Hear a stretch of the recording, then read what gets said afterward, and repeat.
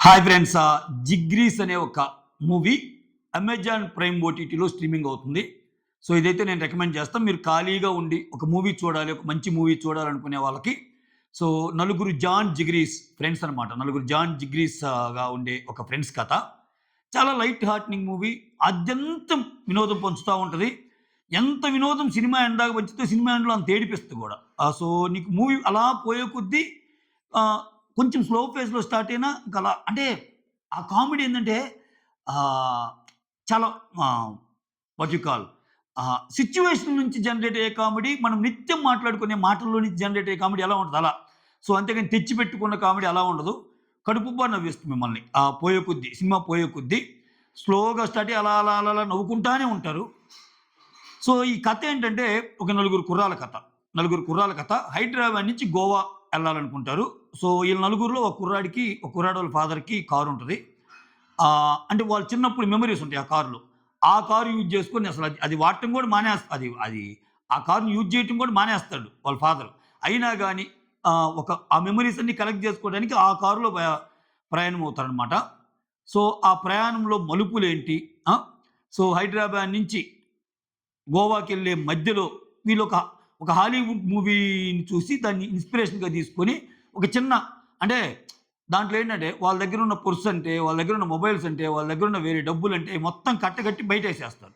బయటేసేసి అంటే మంచి మంచి మంచి కిక్‌లో ఉన్నప్పుడు చేస్తారు ఈ పని. చేసేసి స్టార్ట్ అవుద్ది. జర్నీ స్టార్ట్ అయ్యిద్ది. అంటే వాళ్ళ దగ్గర డబ్బులే ఉండవింక. ఆ కారు తప్పితే.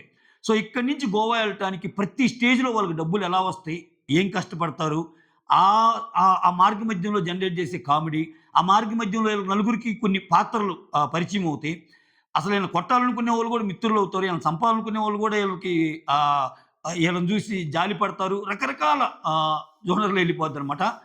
చాలా చాలా బాగుంటది. వీళ్ళ నలుగురిలో ఒకరికి లాస్ట్‌లో కొంచెం సాడ్ స్టోరీ ఉంటదనమాట. ఆ స్టోరీ ఏందో మీరు చూడాల్సిందే. ఇంక మొత్తం చెప్తే బాగోదు కాబట్టి. సో నలుగురు ఫ్రెండ్స్ వాళ్ళ మెమోరీస్ అంటే ఇప్పుడు మనం చిన్నప్పుడు నలుగురు చదువుకుంటే ఎలా ఉంటారు? అందరూ ఒకే ఫీల్డ్‌లో ఉండరుగా. ఒకడు ఐటీ ఫీల్డ్‌లో సెటిల్ అయితే ఇంకోడేమో ఊళ్ళో ఏదో ఫాస్ట్ ఫుడ్ సెంటర్ పెట్టుకొని ఉండొచ్చు. ఇంకోడేమో 10, 11 వేలు జాబ్‌కి చేస్తుండొచ్చు. ఇంకోడేమో వేరే రకంగా చేస్తుండొచ్చు. ఇట్లా ఉన్న ఒక నలుగురు ఈళ్ళ ప్రయాణం ఎలా ఉందని చెప్పే ప్రయత్నం చాలా చాలా ఎక్సలెంట్‌గా అనిపించింది. ఇక్కడ ఇంకో మెయిన్ ఇంపార్టెంట్ పాయింట్ ఏందంటే నేను అబ్జర్వ్ చేసింది. ఈ మూవీలో ఫీమేల్ లీడ్ ఉండరు. అసలు ఫీమేల్ లీడ్ అనేవాళ్ళు లేకుండా కంటిన్యూ చేస్తారు మూవీ. ఎక్సలెంట్ అనమాట అసల. అంటే నీకెక్కడ అరే! మనం ఒక మూవీ చూస్తున్నాం దీంట్లో హీరోయిన్ లేదే అన్న ఫీలింగ్ రాదు మీకు. సో అంత బాగా ఉంటది. వాళ్ళు గోవాకెళ్ళాక జనరల్‌గా గోవాకెళ్ళినోళ్ళు ఏమేం చేస్తారు? సో ఏమేం చేయాలనుకుంటారు? అయన్నీ చేసే ప్రయత్నము. దాంట్లో నుంచి జనరేట్ అయ్యే కామెడీ ఎక్స్‌ట్రార్డినరీగా తీశాడనిపించింది నాకైతే.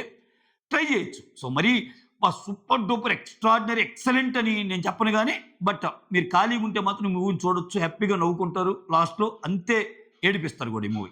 అయితే ఇక్కడ ఒక నలుగురు యాక్ట్ చేస్తారు కదా! ఈ కుర్రాళ్ళ పేర్లు నోట్ చేసుకున్నా.